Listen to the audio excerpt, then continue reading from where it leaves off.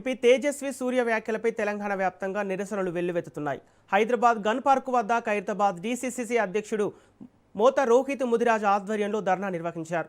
తెలంగాణ రాష్ట్రం అనేది యాదృచ్ఛికంగా ఏర్పడింది కాదని, దశాబ్దాల పాటు జరిగిన పోరాటం, త్యాగాల ఫలితమని తెలిపారు.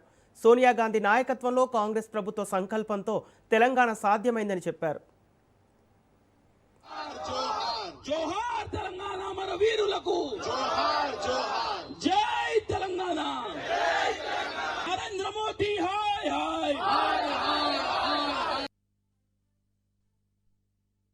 ఆత్మ బలిదానాలతోని తెలంగాణ రాష్ట్రం ఏర్పడిందో, మరి వారికి స్మారకంగా ఏర్పాటు చేసినటువంటి అమరవీరుల స్తూపం సాక్షిగా ఈ రోజు యావత్ తెలంగాణ ప్రజల ఆవేదనను ఈ రోజు భారతీయ జనతా పార్టీకి తెలియజేసే విధంగా ఈ రోజు ఈ కార్యక్రమాన్ని ఏర్పాటు చేసినాము.